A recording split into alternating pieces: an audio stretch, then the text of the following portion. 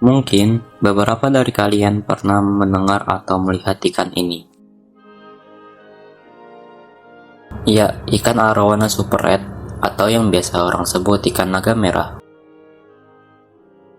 Kita akan membahas ikan arowana super red atau yang bernama latin Sclerophagus vermus.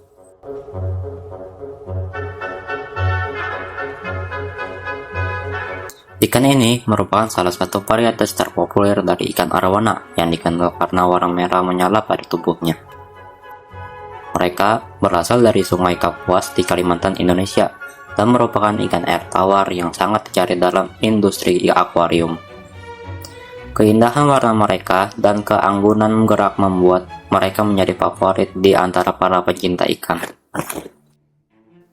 Ikan arowana super red pertama kali ditemukan di Indonesia di daerah perairan Sungai Kapuas. Namun, tidak ada yang tahu siapa orang tertentu yang bisa dikaitkan secara eksklusif dengan penemuan tersebut karena penangkapan dan perdagangan ikan ini telah dilakukan oleh banyak orang selama bertahun-tahun. Dan ini menjadi perbincangan para pecinta ikan yang penasaran siapa manusia pertama yang menemukannya.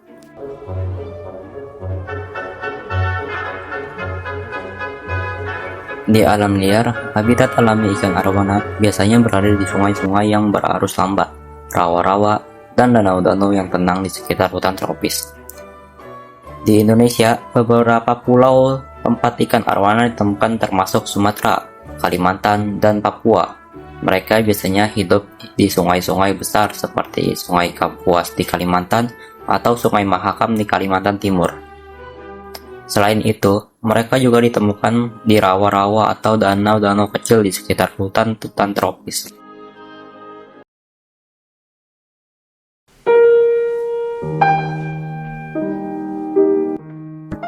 Di saat musim kawin tiba, para pembudidaya akan memilih indukan untuk dikawinkan. Pengkawinan ikan arowana butuh ketelitian yang tinggi dikarenakan jika salah memilih indukan yang belum siap untuk menjadi indukan, maka akan fatal akibatnya. Di sini saya akan memberitahu kalian bagaimana apa saja yang harus dilakukan saat mengkawinkan ikan arowana. Sebelum dikawinkan, indukan harus berumur sekitar 5-6 tahun. Itu umur yang cukup untuk arowana menjadi indukan. Jika umur sang indukan kurang dari 5 atau 6 tahun, mereka akan memerotak, stres, dan berakhir tragis yang mengakibatkan gagal budidaya.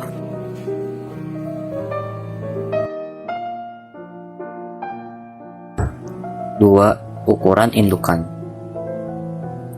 Usahakan panjang tubuh arowana sekitar 60 cm. Jika ukurannya berada di bawah 60 cm, ikan arowana tersebut akan menjadi stres dan mengganggu pertumbuhan serta berkembangnya.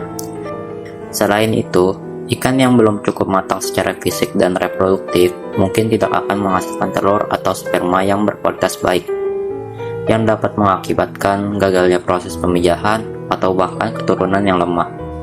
Sebaiknya, tunggu hingga arowana mencapai ukuran dan kematangan yang sesuai sebelum mempertimbangkan untuk mengawinkannya.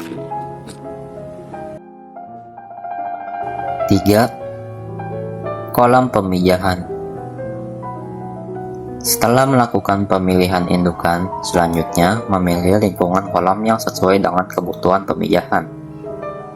Memilih kolam pemijahan untuk ikan arowana penting karena memungkinkan kontrol yang lebih baik terhadap lingkungan pemijahan. Jika salah memilih kolam pemijahan, ikan arowana dapat berdampak negatif pada proses pemijahan dan perkembangan larva. Maka dari itu, berhati-hatilah saat melakukan pemilihan kolam agar tidak terjadi kegagalan. 4. Pengawasan pemijahan. Di fase ini, kita harus selalu perhatikan perilaku induk selama pemijahan. Ketika Anda melihat tanda-tanda pemijahan seperti berenang bersama atau menggosok-gosokkan tubuh mereka, itu mungkin menandakan waktu pemijahan telah tiba. Jika kalian lengah dalam mengawas pemijahan, maka akan berakibat fatal pada budidaya seperti gagalnya pemijahan, banyaknya pemangsa telur satu sama lain, gangguan lingkungan, penyebaran penyakit, dan rendahnya kelangsungan hidup larva. 5. Perlindungan telur. Setelah pemijahan terjadi, telur ikan arwana perlu dilindungi dari pemangsa dan lingkungan yang tidak stabil. Anda bisa menggunakan jaring atau wadah khusus untuk melindungi telur tersebut untuk mencegah hal-hal yang tidak diinginkan. 6. Perawatan telur. Perawatan telur-telur ikan bukanlah hal yang mudah. Jika salah sedikit saja, telur-telur tersebut akan gagal menjadi gurayap. Maka dari itu, berikan perawatan yang tepat kepada telur ikan arwana, seperti menjaga kebersihan air, pengaturan suhu yang stabil, dan memberikan perlindungan dari cahaya langsung.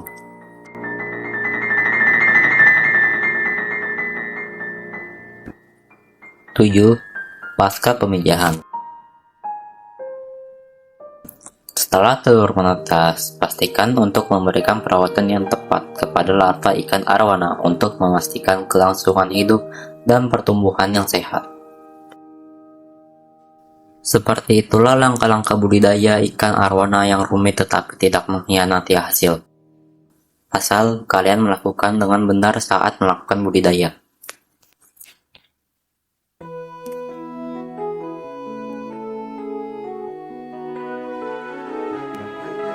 Selanjutnya, tahap proses pemeliharaan ikan arwana. Ikan ini lumayan sulit untuk dipelihara dikarenakan memakan banyak biaya untuk merawatnya dan rentan terkena penyakit. Memelihara ikan arwana harus menyiapkan akuarium yang sesuai dengan ukuran arwana. Untuk ikan arwana yang berukuran 15 cm hanya membutuhkan akuarium dengan ukuran lebar 20 cm dan panjang 40 cm. Itu ukuran ideal untuk arwana baby. Jika arwana berukuran 30-60 cm, gunakanlah akuarium berukuran lebar 40 cm dan panjang 200 cm. Semakin luas akuarium, semakin bagus juga untuk arwana.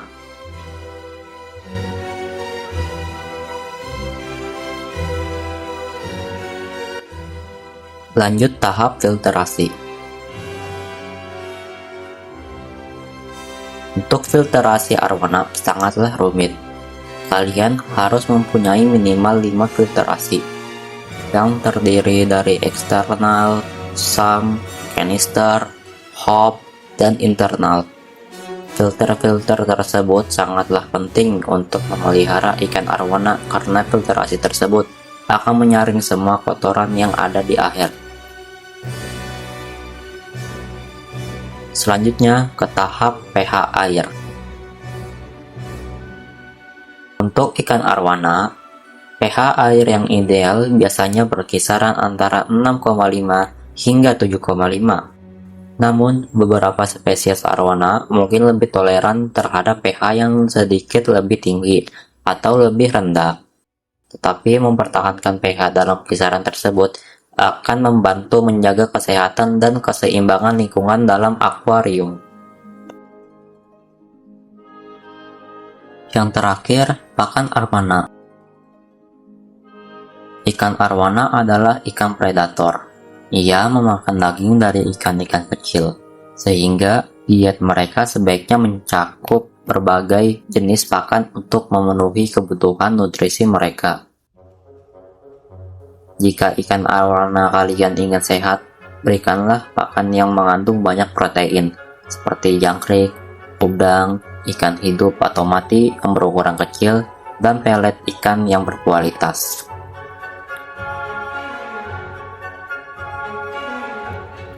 Selesai sudah pembahasan tentang ikan arwana dari cara budidaya dan merawat dengan benar.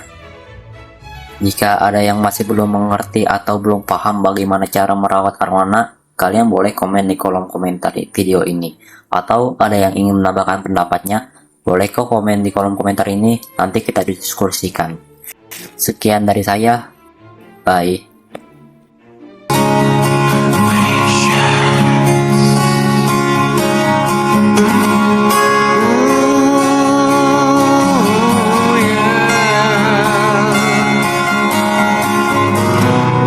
sit here on the stairs, 'cause I'd rather be alone. If I can't have you right now, I'll wait here. Sometimes I get so tense, but I can't speed up the time.